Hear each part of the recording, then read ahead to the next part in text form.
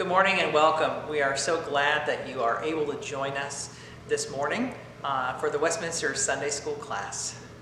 This month we are welcoming Dr. Jay Case, a history professor from Malone. Over the last year, last fall, we were studying history of the church, centuries through century, looking at all the turning points, and now we turn now to especially American history, more modern history since the Reformation, and we are excited that Dr. Case is here to share his expertise and his love of the church and its history. So let me turn things over to Dr. Case. Well, good morning. I was hoping that our first Westminster class together would be face-to-face, or face-mask-to-face mask, as it were, but we make adjustments in this time. COVID is sort of a cross that we have to bear in many ways, and this is a minor, I suppose. Of all the crosses dealing with COVID, this is a minor cross, but we will bear it. I'm going to be picking up historically at some point after the time where Pastor Michael left us after the Reformation, and I'm going to be doing it by heading off with the Puritans and the Quakers. To do that this morning, I want to start us with a poem from a Puritan poet, a woman, by the name of Anne Bradstreet. Anne Bradstreet had come to Massachusetts aboard the Arbella when she was 18 years old in 1630, newly married to this sort of wilderness in Massachusetts, part of the very first group of Puritans to arrive in New England. In fact, she was literally aboard the same ship as the governor, John Winthrop. The poem, though, comes much later, 40 years later, more than 40, where in 1669, she's 60 years old and she's suffering from an illness. She actually is thinking she will die very soon. And what does a Puritan do at this point? Well, she does what they often do, or did, turn to devotional practices of contemplation and meditation, a common thing the Puritans did. And part of this is to think about her life, looking back on it. And a major theme that Puritans used in thinking about their life was the themes as a pilgrim, life as a pilgrimage. And from that contemplation, that devotional practice, she produced a poem, this poem, As Weary Pilgrim. So I will read it to you here. As weary pilgrim, now at rest, hugs with delight his silent nest. His wasted limbs now lie full soft, that myriad steps have trodden oft, blesses himself to think upon his dangers past and travails done. The burning sun no more shall heat, nor stormy rains on him shall beat. The briars and thorns no more shall scratch, nor hungry wolves at him shall catch. All cares and fears he bids farewell, and means in safety now to dwell. A pilgrim I on earth, perplexed with sins, with cares and sorrows vexed, by age and pains brought to decay, and my clay house mouldering away. Oh, how I long to be at rest, and soar on high among the blest. This body shall in silence sleep, mine eyes no more shall ever weep, nor fainting fits shall me assail, nor grinding pains my body frail with cares and fears ne'er cumbered be, nor losses know, nor sorrows see. Then soul and body shall unite, and of their Maker have their sight. Such lasting joys shall there behold, as e'er near heard, nor tongue e'er told. Lord, make me ready for that day. Then come, dear bridegroom, come away. The final two words, this is an interesting poem. The final two words, come away, in this poem is actually spoken by Christ. I think in a good reading of it, you have a period after bridegroom, and come is capitalized. But also there are two different biblical sources here. Lord, make me ready for that day of the dear bridegroom. That's from Matthew 25, the parable of the 10 virgins. But that last two words, come away, come from the Song of Songs, and it's spoken by the bridegroom himself to his beloved. And Christians understand oftentimes the bridegroom in Song of Songs to be Christ, at least God. And so here is the pilgrim speaking through her life, and then finally Christ saying at the end, "Come away." Beautiful, wonderful poem. And Anne Bradstreet turned out to be really a great poet that is studied by a lot of literary people today. But several points here for us. Number one, I want you to notice that you have devotional practices that produced this poem, and that's very common of the Puritans. Contemplation, meditation, Bible readings, Bible studies. It was a key part of Puritan spiritual life.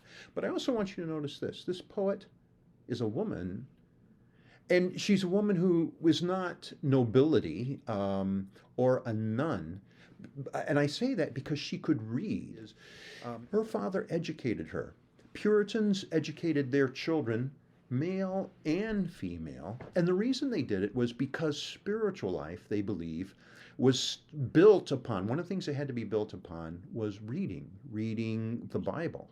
And actually, Anne Bradstreet read far more than the Bible. Her father, I mean, she read ancient classics, Roman writers, as well as theology and Christian writers.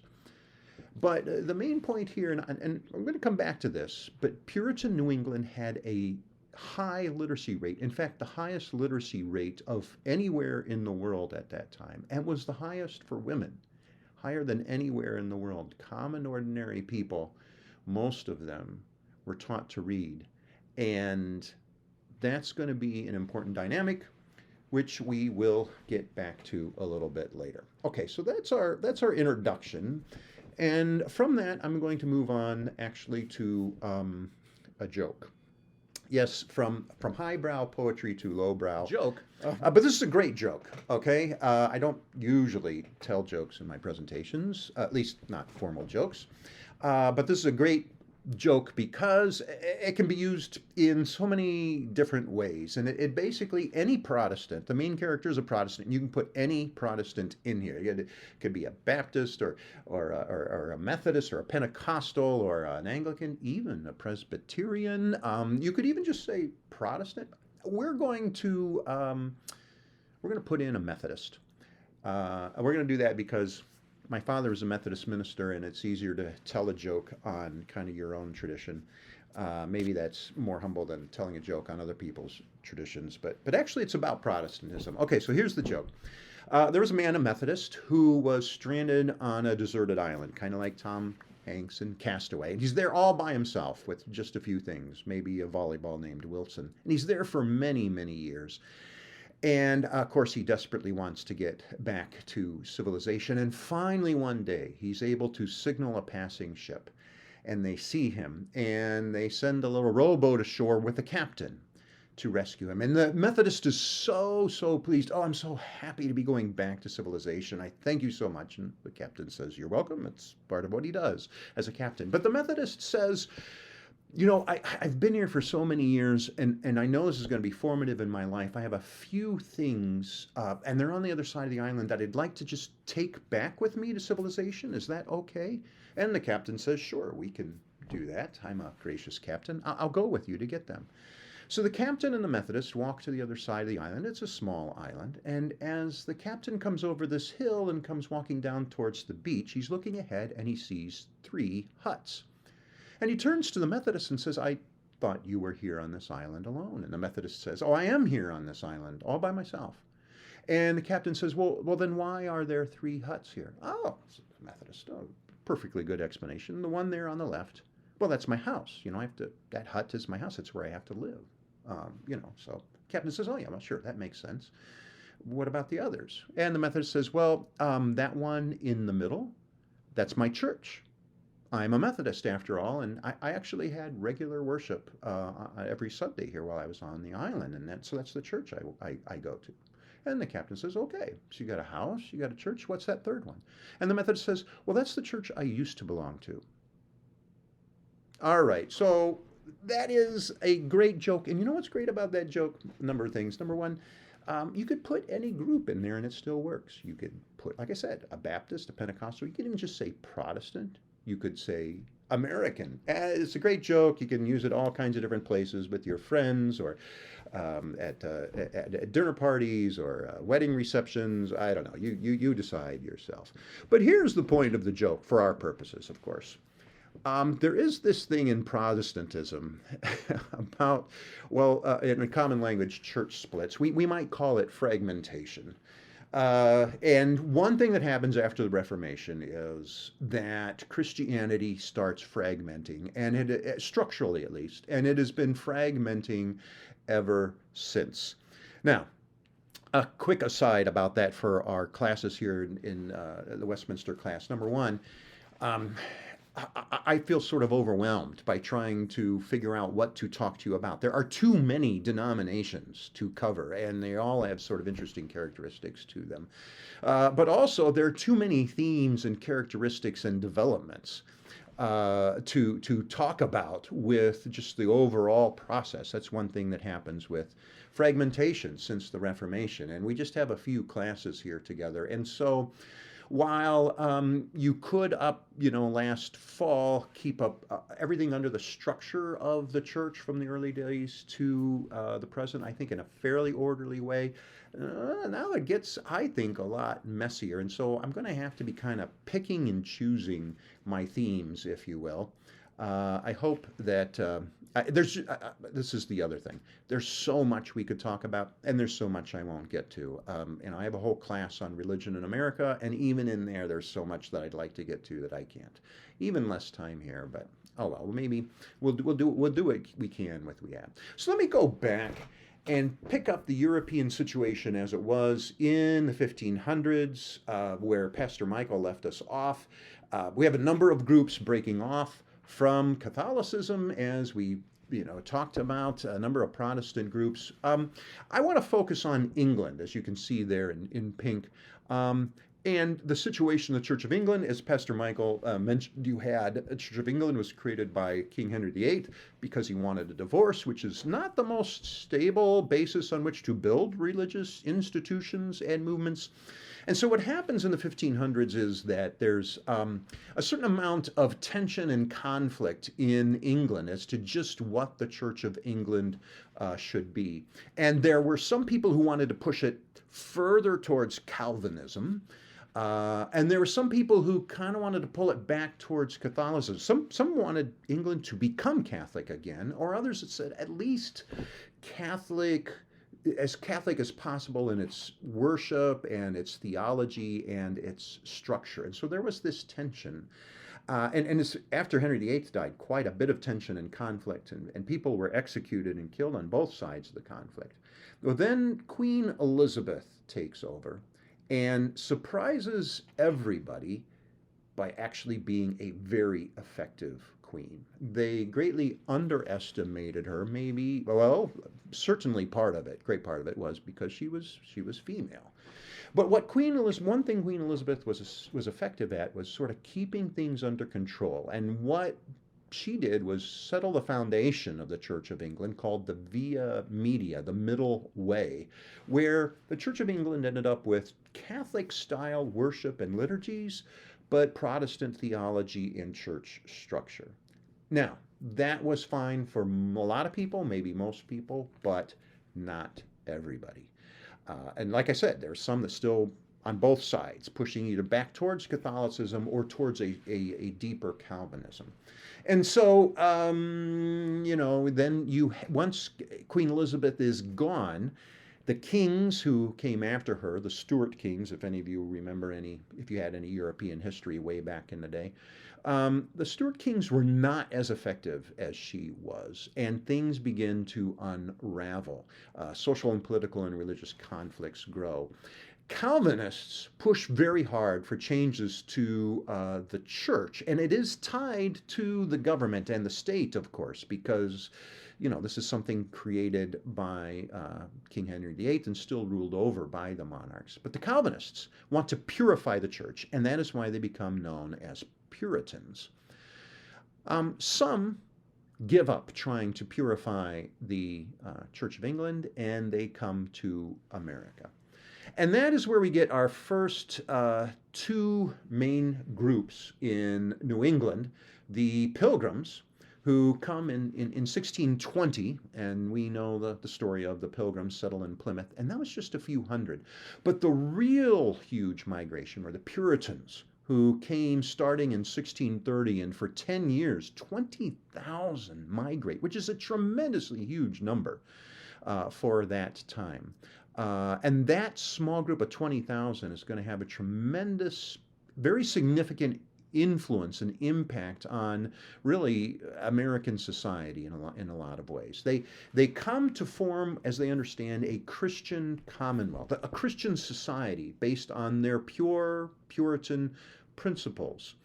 And so you have this odd situation in New England. Oh, by the way, the differences between Pilgrims and Puritans, they're not that big. In fact, for our purposes, you can think of them as pretty much the same. It's, it's kind of like, I don't know, Dover and New Philadelphia. The residents who live there see a lot of big differences in the two communities, and it, matters a lot on Friday nights in October, I suppose. But to an outsider from, say, California, you go to Tuscarawas County and you say, is there even a difference between these two communities? That's how I would describe the Puritans and the Pilgrims. Maybe like Canton and Massillon. I don't know. You can decide whether there's a big difference between those two communities. Anyway, the Puritans, this odd situation because most everybody who forms this community is on the same page. Odd in that you don't have many times in history where a large number of people can start from scratch. And that is really what's coming. Those people who come to Puritan New England, almost all of them come because they care about this Puritan type of movement. They care about the religious program. Now, there is so much I could say about the Puritans and so many things that are interesting and significant, and I have to leave a lot of it out. But what we're going to focus on is the question of religious fragmentation and also the other side of this religious freedom. The process where, we Americans just start building lots of different huts, if you will. And actually this problem, it's built on a problem that really goes back to biblical times. And that is, how do you handle disagreement and how do you handle dissent? Because that's always going to happen. And so here's the reality. Even though just about everybody that settled in Massachusetts and Connecticut at this time were on board with Puritanism to one degree or another, eventually, at some point, there's going to be a disagreement, going to be a dispute. I mean, if nothing else, some Puritan's son or daughter is going to grow up and rebel and want to do things differently. So, how long will Puritan society last before you have the first major church split? The answer, 7 years. So that brings us to Roger Williams. Roger Williams was a Puritan minister who arrived in 1632, very, very early on. And Roger Williams was the kind of guy who had very, very strong, passionate feelings about how the church and society ought to be set up. And he disagreed with other Puritans on a number of things. One thing was the relations with the Indians. Roger Williams had this very strange idea that if the Puritans were going to settle on the land, they ought to negotiate and buy the land from the Native Americans. And he felt like the Puritans did not do that, and they were not acting justly. They needed to pay for that.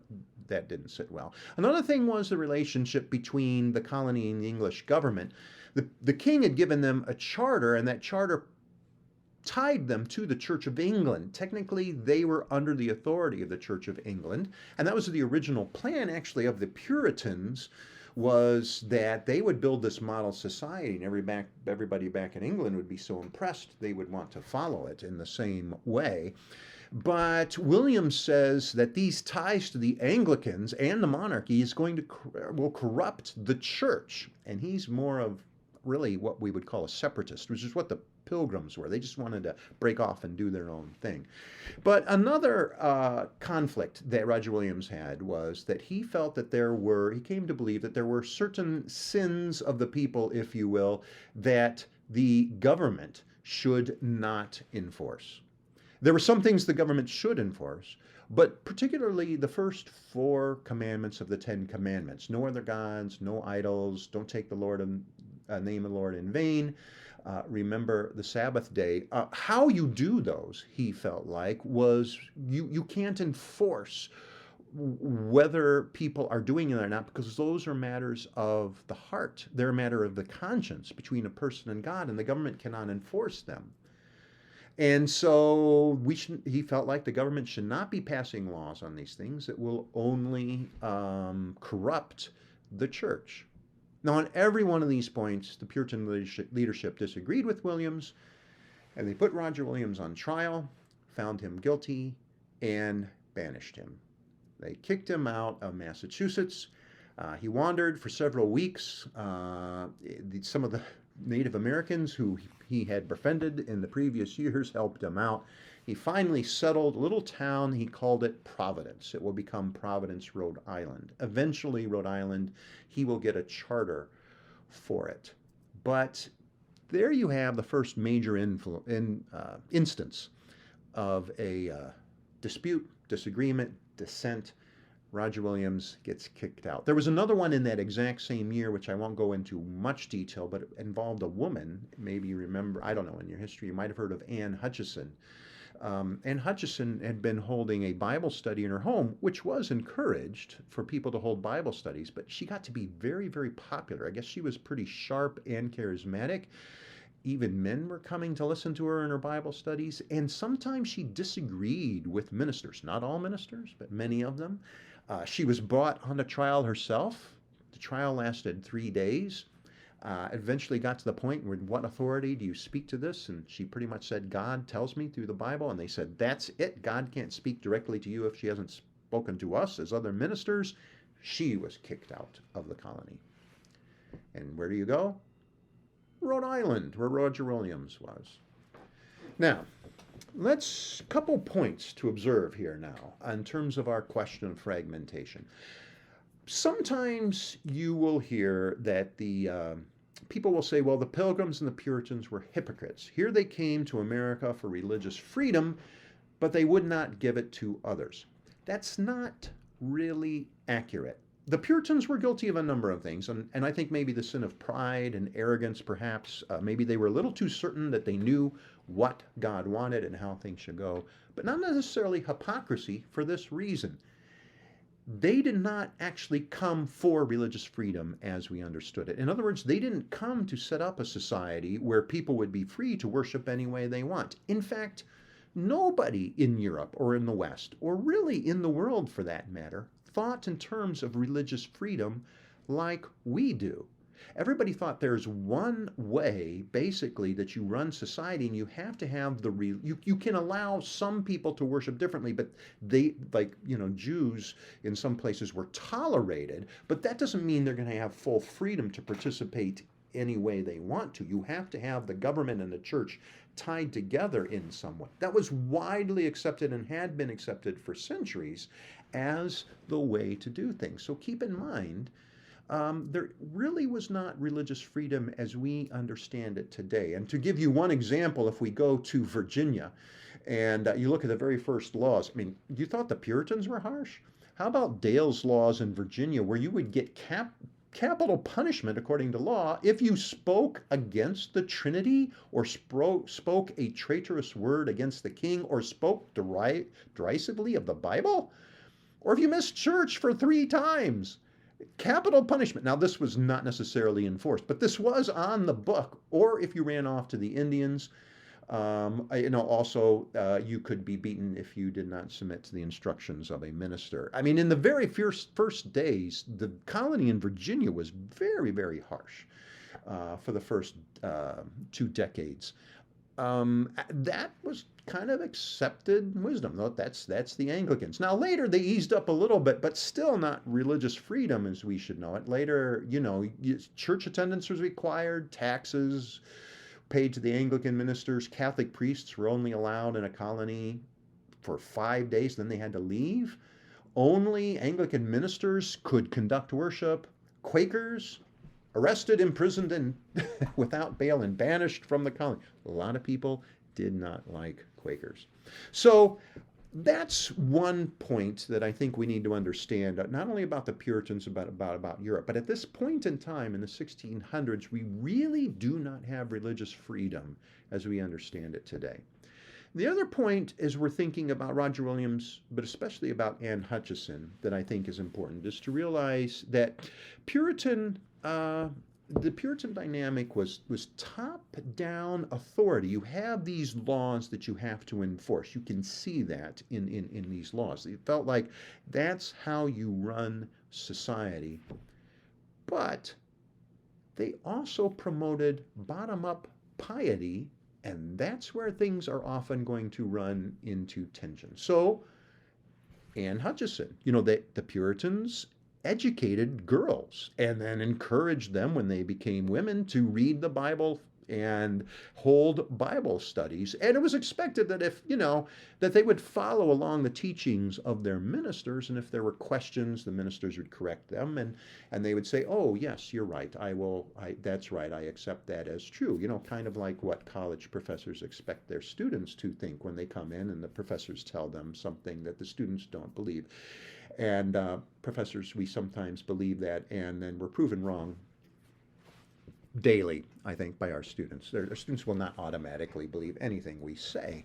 And that's because actually of this characteristic in this particular form of Protestantism, which later gets embedded in America, that encourages people to be educated and in that process start, as the phrase we would say today, think for themselves. Which really means you're thinking in reaction to what other people have said, and do you agree with that or don't agree with that, and you read in the Bible and so forth. This comes out of Martin Luther's theological change of the priesthood of all believers. Luther did not think that everybody then is going to think for themselves. He thought that ordinary people need to encounter God in the church for themselves, but they will follow along the leadership and instruction of the ministers, and that ministers knew what God intended, and also that ministers could or should be in agreement with one another. But as the case of Roger Williams shows, that's not necessarily going to happen. And part of what happens with priesthood of all believers is that it builds in this tendency towards handling dissent of I'm going to go my own way, which is a part of Protestantism, and that's why you end up with all these huts on the beach. It's kind of built into the DNA of Protestants. And we can, there are problems with that, and we can mourn, as we should sometimes, the divisions and the splits that take place because of that characteristic. And we should, but let me say this also. There's also another side to this.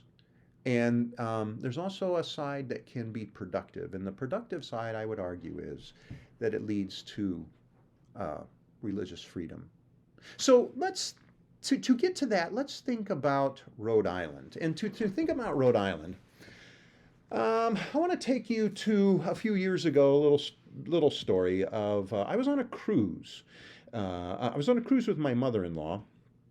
I should mention my father-in-law and my wife were along too. Yes. Okay, so we were all along on this cruise off the islands of New England. It was a wonderful cruise. You can see we went to a number of interesting places, but one place we stopped was Newport, Rhode Island. And as we're, on the day as we're coming into Newport, they'd have notices of the things you can do in Newport. I thought, well, what are we going to do in Newport? And it said you can go to the International Tennis Hall of Fame. Okay. There were big houses, the breakers, that were built by Gilded Age industrialists like Cornelius Vanderbilt. You could take a tour of these great big old Victorian rich houses. Okay, you can go shopping downtown. Okay, I wasn't so interested in all of that. But then I thought, Newport, weren't there some important religious developments here? I knew that there was a Jewish synagogue in Newport. And so I went on my own tour, not based on the, the sort of itinerary or suggestions given by the cruise company. And I went on a tour of, which actually is what this is me. One thing I like to do on vacation is stop at historic religious sites. And this is what you find in Newport. First of all, the United Baptist Church of Newport, 1638. Notice the dates there, 1638. Puritans were still coming to Massachusetts and Connecticut, but this is also 1 year after Roger Williams founded Providence. It's founded by Baptists. Actually, Roger Williams became a Baptist for about 3 months, and then he left it and built another hut on his own beach. But his friend Roger Clark came and settled in Newport and built a Baptist church. And this, not the building itself, but the congregation goes back to 1638. You can walk a little further down the street and a Friends meeting house, a Quaker meeting house, one of the biggest ones in New England when it was built. That congregation dates to 1657. And then, like I said, a Jewish synagogue, the famous synagogue, Touro Synagogue. By the way, I have to take selfies because I realize, I teach college students, and you just have to do things every now and then to try to keep them with you and keep them awake and paying attention. So, I don't know, throwing in a selfie is with a goofy face. It was raining. I was getting kind of wet. Is one thing that I do. But a synagogue, a Jewish synagogue in Newport, Rhode Island. That's significant. One of the earliest ones. There was an earlier synagogue in New Amsterdam, which becomes New York, but only lasted for a few years, and then they left because they were not given full freedom of religion. You can go on down the street, you can find an Episcopalian church, which is the Anglican church. You can find a Congregational church, which is really what the Puritans became, Congregational. So here, Roger Williams was kicked out of Massachusetts, went to Rhode Island, and then some Puritans showed up even later. All of this you can find within a walking distance in downtown Newport. And here is the thing about Newport, and I would say it's true about Providence also. And here is the first, what is today called the First Baptist Church of America, this is the congregation founded by Roger Williams, and that became Baptist because for a short time he himself became Baptist. But here's the significance of Providence and Newport. This is where one of the key places where religious freedom really starts to grow. And I think the reason why these churches weren't listed on the list of things to do is that this is an incredibly important historical event, but we take it for granted because we are so used to it, right? That you can live in a society like we can. In Canton, you can go down the street and you have a Methodist church, and across the street was an old Lutheran church, and the United Church of Christ, and Episcopalian church on down the way, and we have, up by Malone, you've got a Jewish synagogue and an Assemblies of God church and an Orthodox church. And here we are in this community with all these churches, and the people who go to these churches all have are all full American citizens, and we may disagree with each other, but we do get along with one another to a certain extent, I would say. We have our cultural conflicts, but we're not banishing people. We're not executing them. And we are also giving full participation in society to all these people. It takes some time, but the idea of no matter what religion you come from, you can vote. You're under the same laws and rules as everybody else. You have the same access to education and everything else. Newport, Rhode Island was a critically important place for developing this.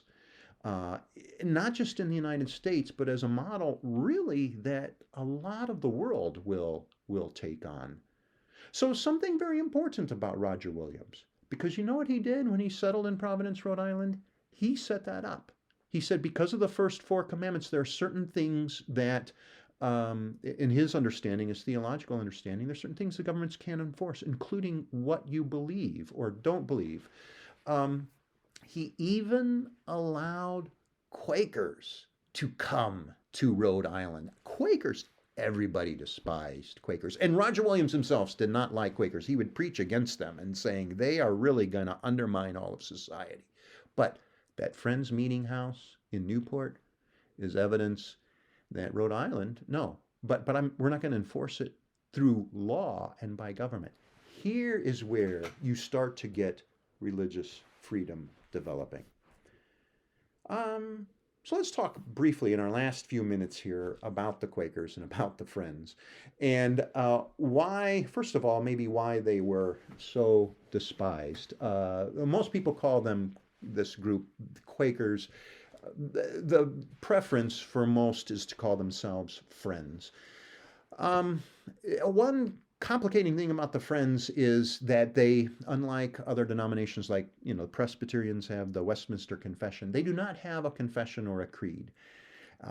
They believe that the heart will lead you to godliness. And so it's kind of hard then to nail down exactly what Quakers believe, and it does shift over time. So today, some people have suggested that the characteristic of the Quakers can be understood by the acronym SPICES.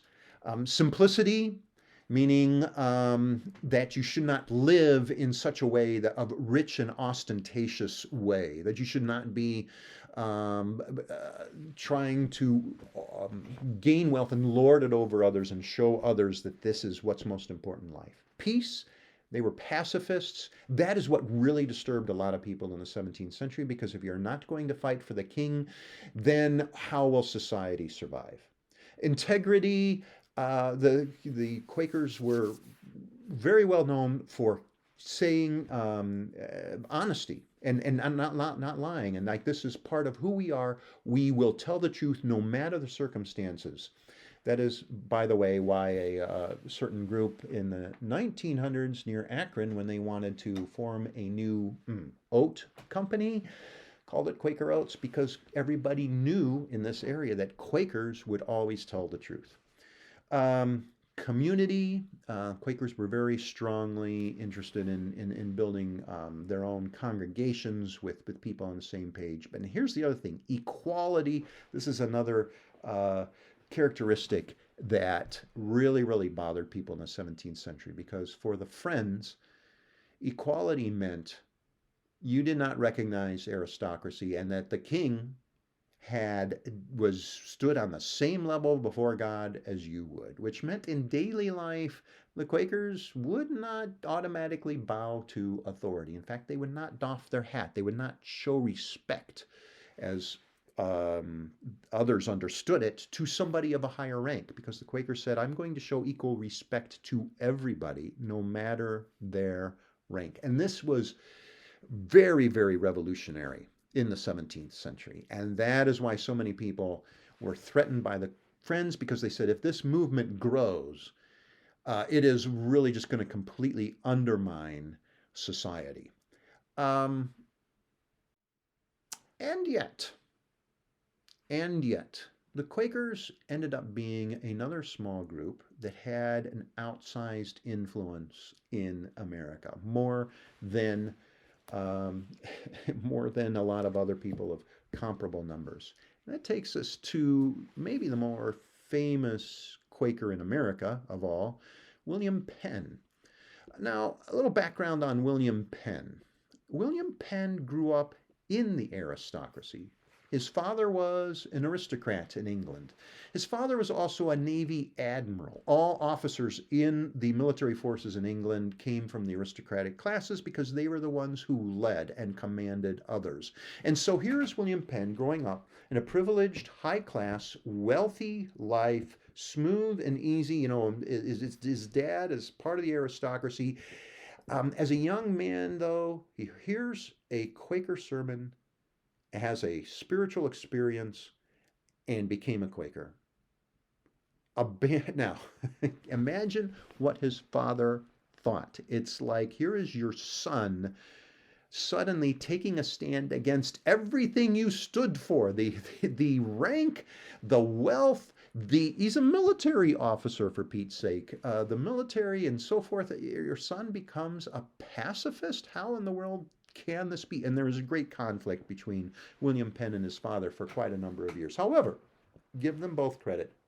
They did patch up that relationship to a certain extent and healed it in many ways. Well, for our story, though, here's what happens. His father dies, and his father had loaned a great deal of money to the monarch, to the King of England, because wars are expensive. That's why, right? We had Liberty bonds back in World War II and so forth. You have to raise money somehow, usually from taxes from the people, but also the government very often has to take out loans. And in those days, who had money, you turned to aristocrats for loans. William Penn's father had loaned a great deal of money to the king, and now the king needs to pay it back, but William Penn's father has passed away. In 1681, then, William Penn came up with an idea. Instead of paying me money, what I would like is a charter of land in America to form my own colony along Quaker principles. And that is where we get Pennsylvania. By the way, William Penn did not want it to be named after him. His friends did. Penn's Woods, that's Pennsylvania, and William Penn tried to stop it, but he couldn't. It ended up being Pennsylvania. Because simplicity, part of simplicity was you didn't want to put yourself, in an arrogant position, and also equality. But anyway, we end up with Pennsylvania after William Penn. But here's the thing. William Penn, like the Puritans, wants to conduct an experiment of a colony based on Christian principles, but the Quaker principles are going to be different in a number of different ways. And he calls it a holy experiment. By the way, we could go into this for quite some time because it's also fascinating, but one thing that's very different for William Penn is that he does actually pay the Indians for the land and negotiates with them, actually forms friendships with them and learns their language. By the way, Roger Williams also learned language with Native Americans, which I think is a sign of love and compassion.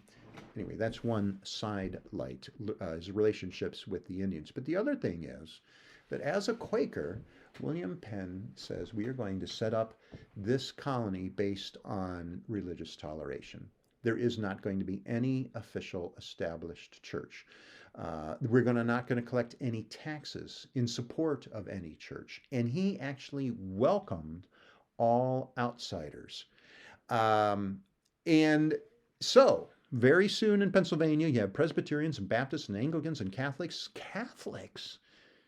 Very strange for Protestants to welcome Catholics. Lutherans, German Pietists, and in 1683, Mennonites. The first Mennonites arrived just 2 years after the colony was formed, because Mennonites were also a group that were greatly oppressed and threatened in Europe, because Mennonites and the Amish had a belief that it's almost religious freedom. They said, we just want to go off and worship by ourselves and not have any connection with the government whatsoever. Now, they weren't trying to form a government, because their theology was, we believe that government power is evil and that the Christian witness is to live in peace apart from the government as a witness to everybody else. And, they ran into trouble because they don't even want to pay taxes. I mean, there were all kinds of conflicts in terms of the relationship with the government. But many people thought if the Mennonites had their way, all of society will absolutely collapse. William Penn welcomes them to Pennsylvania.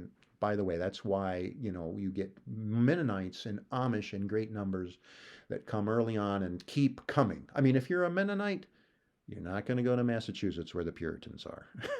No, you're going to come to Pennsylvania, which is why Lancaster County and so forth is full of all these Mennonites and Amish and so forth. In closing, there's so many more things I could talk about the Friends, but we have limited amount of time. But here's a closing point I want to make. Penn establishes his colony in 1681.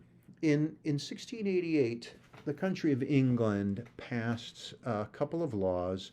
One of them was a Bill of Rights, which granted a certain number of limited rights to English citizens. But the other one was called the Act of Toleration, which granted a certain amount of religious toleration in England. And there are levels of toleration. I mean, you can just sort of barely put up by somebody saying you can live here, but you're going to have to pay taxes to this other church, and you're not going to be able to run for office, and you're not going to be able to participate in government in the same way, and you do not have full rights. The Act of Toleration gave fuller rights to dissenters, people who were not Anglicans. Now, it did not include atheists, and it did not include Catholics. But there are a lot of people who looked upon the act today, who look upon the Act of Toleration, and they make the conclusion that really religious freedom comes out of secular leaning people, because somebody like John Locke, who actually was fairly religious, but he was an Enlightenment thinker, and there's some people that interpret the Enlightenment as a secular movement, and they say, this is the solution to all our problems, becoming more secular. Now, there are certain forms of secularism that I'm in favor of, and we all are, because there's a certain amount of secularism that you have to have with religious freedom. But my point is, the roots of this are with Quakers and with people like Roger Williams, because they had their influence in England, and John Locke read Roger Williams and took him very, very seriously. And you're working out this problem of how do you handle dissent.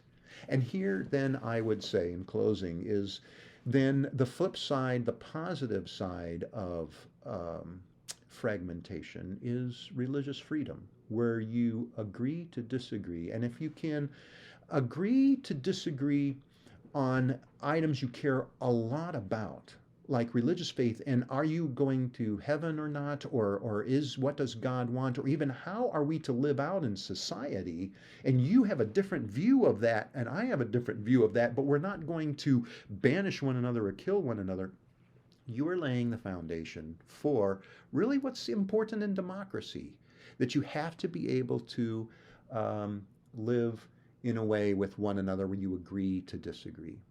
And so that's, I think, one of the key significant things to come out of the Puritans and the Quakers. We will close with, back to a little bit of Puritan piety, another Puritan minister, Michael Wigglesworth, who wrote a book, and at the very, very end, he ends with this part of this last, this poem at the end, the suffering of maybe dealing with people who you disagree with, or other crosses that we have, such as COVID in our lives. You have this word of encouragement from Michael Wigglesworth. Be cheerful, suffering saint, let nothing cast thee down. Our Savior Christ ere long will turn thy cross into a crown. Thank you very much, and we will see you next week.